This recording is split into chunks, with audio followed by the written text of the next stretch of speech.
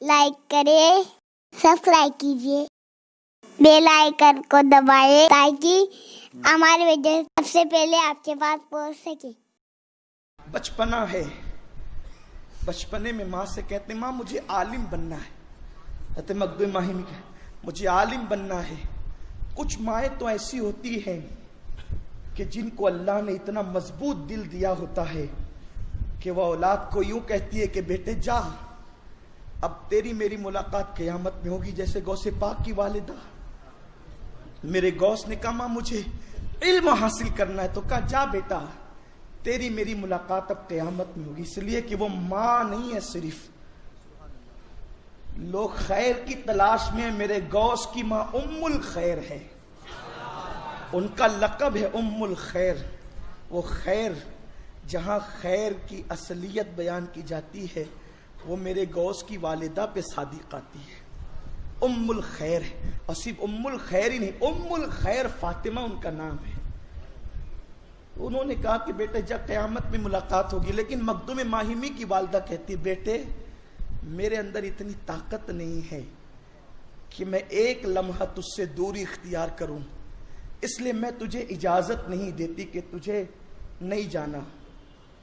سمرقند، بخارا، شیراز، ان علاقوں میں جائے گا تو میں تیرے بغیر یہاں رہوں گی کیسے ہند میں؟ اور اس زمانے میں حصول علم اتنا آسان نہیں تھا جیسے ہمارے آج گلی گلی مکتب اور مدارس ہیں، اس طریقے سے اتنی آسانیاں نہیں تھی۔ اعلیٰ تعلیم کے حصول کے لیے دور دور کا سفر طے کرنا ہوتا تھا، اور وہ بھی سفر ایسا نہیں کہ پلین سے چلے جائیں، ٹرین سے چلے جائیں، پیدل ہو رہا ہے، گھوڑوں پہ ہو رہا ہے، کھچروں پہ ہو رہا ہے، پھر ریگستان، جنگل کی آندیاں، طوفان۔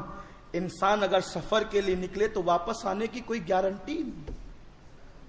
ماں کا کلیجہ لرز گیا، میرا بیٹا باہر جائے گا، کہا نہیں بیٹے نہیں جانا، اور کہہ دیا کہ اگر تجھے علم حاصل کرنا ہے تو میں دعا کرتی ہوں اللہ تجھے یوں ہی علم عطا کر دے۔ حضرت مخدوم ماہمی نے طے کر لیا، جب ماں نے کہہ دیا تو نہیں جانا، ہزار شوق ماں کے قدموں پہ قربان، نہیں جانا تو پھر نہیں جانا۔ ارادہ کیا نہیں جانے کا۔ دوسری صبح کو چونکہ غم تو تھا کہ اب جانا نہیں ہے کہیں، یہیں زندگی گزرے گی سمندر کے کنارے، تو آپ فجر کی نماز کے بعد سمندر کے کنارے پر گئے تو ایک خوبصورت نورانی پیشانی والے کو ایک پتھر پر بیٹھے ہوئے دیکھا، ان کے قریب گئے، اس لیے کہ کچھ چہرے ایسے ہوتے ہیں جہاں بڑی کشش ہوتی ہے، آدمی نہ چاہ کر بھی وہاں کھینچا کھینچا چلا جاتا ہے۔ تو مخدوم ماہمی نے بھی کچھ ایسا ہی چہرہ اس صبح کو سمندر کے کنارے دیکھا تھا، بلکہ یوں محسوس ہوتا تھا جیسے اس دن ممبئی کی سرزمین پر ایک نہیں دو سورج طلوع ہو رہے ہوں، ایک تو سمندر کے اس کنارے سے اور ایک تو سمندر کے اس کنارے سے۔ وہ سورج تو تپش اور حرارتوں سے لوگوں کو گرمانے کے لیے آیا تھا، اور یہ سورج علم کے موتی بکھیرنے کے لیے آیا تھا۔ جب حضرت مخدوم ماہمی نے معلوم کرنا چاہا جس کا چہرہ سورج کی کرنوں کی طرح چمکتا ہے، ذرا معلوم تو کرے کہ وہ ہے کون۔ جب پوچھا کہ آپ کون ہیں تو آنے والے بزرگ نے بتایا دنیا مجھے ابو العباس کی کنیت کے نام سے جانتی ہے، اور عام طور پر مجھے خضر کہتے ہیں۔ خضر یہ کوئی نام نہیں ہے، یہ حضرت خضر کا معجزہ ہے کہ آپ زمین کے جس خطے پہ قدم رکھ دیتے ہیں آپ کے تلووں کے نیچے اللہ سبزہ پیدا کر دیتا ہے، اس لیے ان کو خضر کہتے ہیں، اور ان کا نام ابو العباس ہے۔ حضرت خضر کے متعلق آیا ہے کہ اگر کوئی ان کی کنیت کو اور ان کے نام کو یاد رکھے تو اللہ اس کا خاتمہ ایمان پر فرمائے گا۔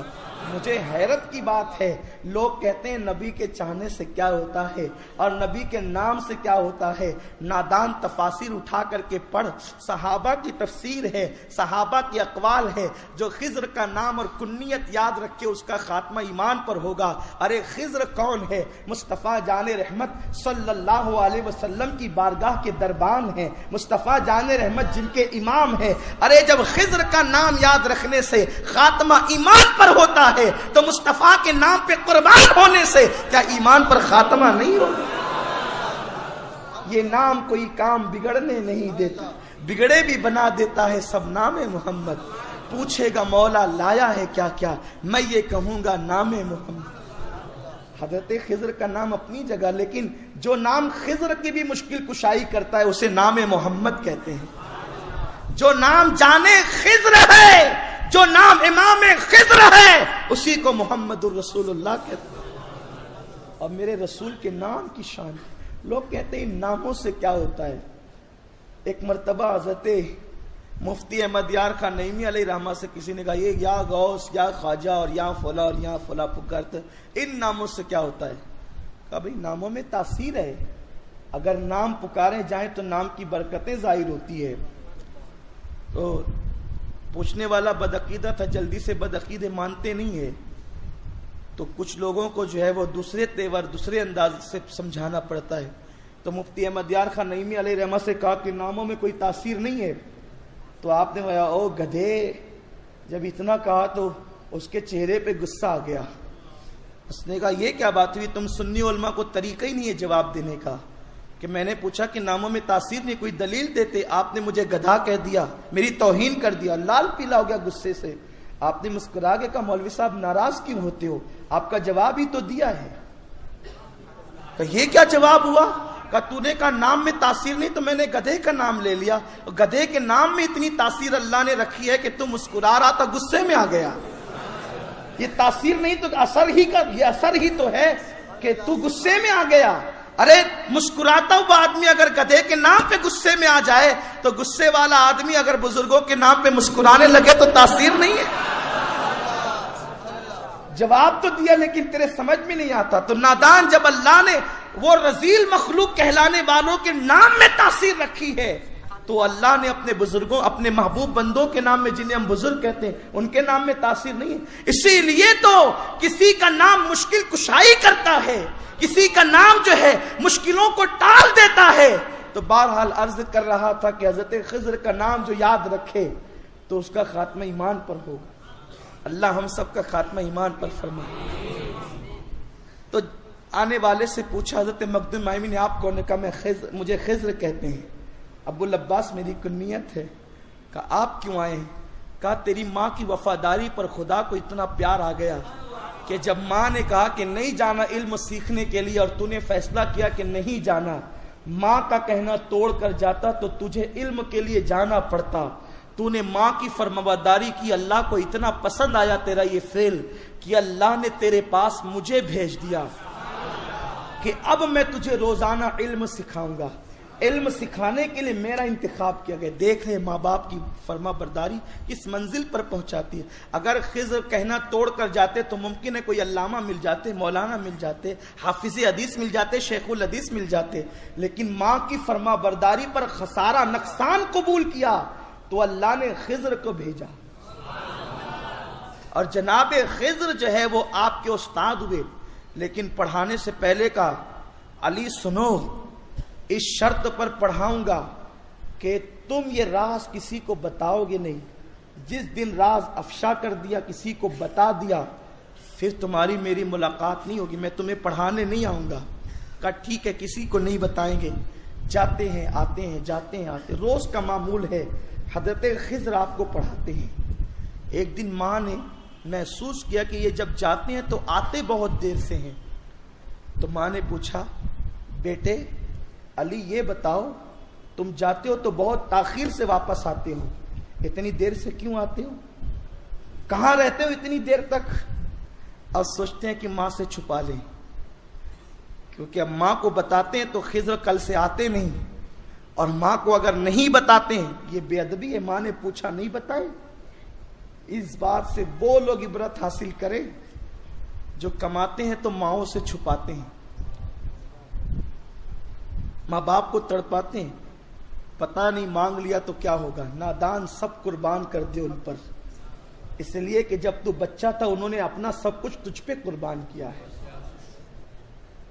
حضرت مخدوم علی علیہ رحمت و رضوان سوچ میں پڑ گئے، کل خضر کی ملاقات نہیں ہوگی اگر ماں کو بتا دیا، اور ماں کو نہ بتایا تو ماں کا دل دکھے گا۔ ادھر ماں کا دل دکھے گا تو کائنات اجڑ جائے گی، میری خوشیاں میرے پاس نہ رہ سکے گی۔ ماں کی بے ادبی کبھی کسی کو پنپنے نہیں دیتی، ماں باپ کی بے وفائی کسی کو عروج پر جانے نہیں دیتی۔ حیران ہے، لیکن بہرحال ننھی سی عمر میں فیصلہ کیا بڑے فائدے کا، خضر کل سے نہیں آتے تو نہ آئیں، نئی علم سکھاتے تو نہ سکھائیں، ماں کو تو بتا دوں گا، ماں سے چھپاؤں گا نہیں۔ بتا دیا ماں۔ روزانہ صبح جاتا تھا تو آنے میں تاخیر اس لیے ہوتی تھی کہ میں حضرت خضر علیہ السلام کے پاس علم حاصل کرتا تھا، لیکن آنکھ میں آنسو ڈبڈبانے لگے، موٹے موٹے آنسو رخسار پر جو ہے وہ نچھاور ہونے لگے۔ ماں تمہارے پوچھنے پر بتا تو دیا، لیکن اب کل سے خضر نہیں آئیں گے، میرے علم کا سلسلہ رک گیا، میرے تعلیم کا سلسلہ رک گیا۔ ماں نے اپنے بیٹے کے آنسو پوچھے تسلی دی۔ دوسری صبح کو گئے تو اب اس پتھر پر جہاں جناب خضر کو بیٹھا پاتے تھے وہاں خضر نہیں ملے، لوٹے روتے ہوئے، ماں خضر نہیں ملے، میری تعلیم تو ادھوری رہ گئی۔ اس کے بعد رو رہے ہیں، ماں تسلیاں دیتی ہے۔ پھر یہ ہوا، رات ماں نے دعا کی، مولا میرے بیٹے کو خضر سے پھر ملا دے۔ حضرت مخدوم علی پھر صبح کو گئے تو اس پتھر پر حضرت خضر کو موجود پایا۔ حضرت خضر کہتے ہیں، علی سنو، علی یاد رکھو، میں نے تم سے کہا تھا کہ اگر تم یہ بات بتا دو گے میں تمہیں پڑھاؤں گا نہیں، اور یہی فیصلہ ہے کہ میں پڑھاؤں گا نہیں، میں صرف آج تمہیں اطلاع دینے کے لیے آیا ہوں، پڑھانے کے لیے نہیں آیا ہوں۔ لیکن علی میں تمہیں بتا دوں، اگر تم ماں سے وہ بات چھپا لیتے تو میں تمہیں آ کر پڑھاتا رہتا اور تم برسوں میرے پاس پڑھتے رہتے، تب تمہیں علم ملتا۔ تم نے اپنی ماں کو بتا دیا اور تم نے جو ہے علم کی پرواہ نہیں کی۔ اللہ کو یہ ادا بھی تمہاری پسند آئی، اگر تم ماں کو نہ بتاتے تو برسوں محنت کر کے تم علم حاصل کرتے۔ تم نے ماں کو بتا دیا، اب میں تمہیں نہیں پڑھاؤں گا۔ اس ادا پر خدا کو اتنا پیار آ گیا، اب تمہیں خضر نہیں پڑھائے گا۔ رات اللہ نے تیرا سینہ کھول کر کے جس علم کی ضرورت تھی وہ تیرے سینے میں انڈیل دیا ہے، اب تجھے مجھ سے بھی پڑھنے کی ضرورت نہیں ہے، اللہ نے تیرے سینے میں علم لدنی ڈال دیا ہے۔ یہ ہے حضرت مخدوم علی ماہمی رحمت اللہ تعالی علیہ کی ماں سے وفاداری کی برکت۔ اسی لیے جو علم و کسب سے حاصل کیا جاتا ہے وہاں پہ قال قال اور قال قال کے جلوے ہوتے ہیں، لیکن جو علم فیضان نظر سے حاصل ہوتا ہے پھر وہاں حال کے جلوے رونما ہوتے ہیں۔ آج کی دنیا بھی پریشان ہے۔ حضرت مخدوم علی ماہمی رحمت اللہ علیہ نے علم کے جو موتی آج سے صدیوں پہلے بکھیرے تھے اس کو سمجھنے کے لیے جو ہے وہ بڑے بڑے دانشوروں کی علم حیران ہے۔ یہ علم کے موتی بکھیرے کہاں سے تھے، کس انداز سے بکھیرے تھے؟ میرے پیارے آقا صلی اللہ علیہ وسلم کے پیارے دیوانوں، آج اس مادیت کے دور میں کاش ہماری قوم اس کو سمجھتی اور جو ہے وہ بزرگان دین کی کرامتوں کے ساتھ ساتھ ان کی استقامت سے بھی استفادہ کرتی اور ان کی زندگی سے بھی جو ہے وہ رہنما اصول اخذ کرتی۔ اللہ مجھے آپ سب کو توفیق دے کہ ہم سب مل کر کے اپنے بزرگوں کے نقش قدم پر چلے، ماں باپ کے وفادار بنے۔ والدین وہ ہیں جب یہ دعا کرتے ہیں تو اللہ ان کی دعا کو کبھی رد نہیں کرتا۔ انسان کو ماں باپ کی قدر قیمت اس دن پتہ چلتی ہے جب ماں باپ جو ہے وہ دنیا سے کوچ کر جاتے ہیں۔ انسان جو ہے ہر ایک انسان سے دعا کی درخواست کرتا ہے، لیکن کسی کی دعا اس کے حق میں جو ہے اس وقت برابر ثابت نہیں ہوتی۔ تب انسان سوچتا ہے کاش آج میرے ماں باپ زمین کے اوپر حیات ہوتے تو میں اپنے ماں باپ سے دعا کرواتا۔ میرے پیارے آقا صلی اللہ علیہ وسلم کے پیارے دیوانوں، اپنے والدین سے دعا اپنے دامن میں اکٹھا کر لو۔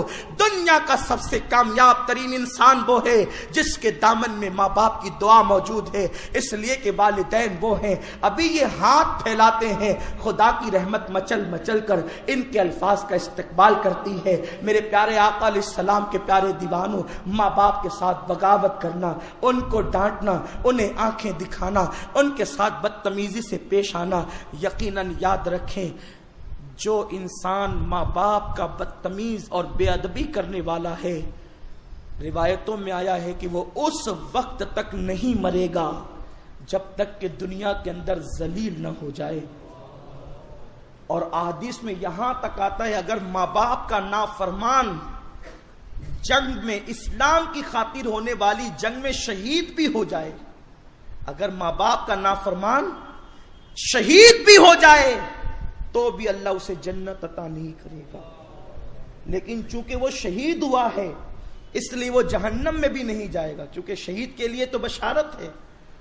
نافرمان ہے ماں باپ کا، ماں باپ ناراض ہے اور شہید ہو گیا، جنت میں نہیں جائے گا. لیکن چونکہ شہید ہوا ہے تو جہنم میں بھی نہیں جائے گا. جنت اور جہنم کے درمیان ایک مقام ہے، نہ جہاں جہنم کی طرح عذاب ہے نہ جہاں جنت کی طرح نعمتیں ہیں. اس مقام کو مقام آراف کہتے ہیں. اس مقام میں اس کو رکھا جائے گا. پتہ چلا ماں باپ کو ناراض کر کے شہید ہو کر بھی جنت نہیں مل سکتی. تم اپنی نماز پہ نازا ہو، تم اپنے روزوں پہ نازا، بدلو اپنے آپ کو تبدیل کرو. سنی دعوت اسلامی یہی ذہن دینا چاہتی ہے. ماں باپ کو ناخوش کرنے والے کی دعائیں بھی معلق رہتی ہے.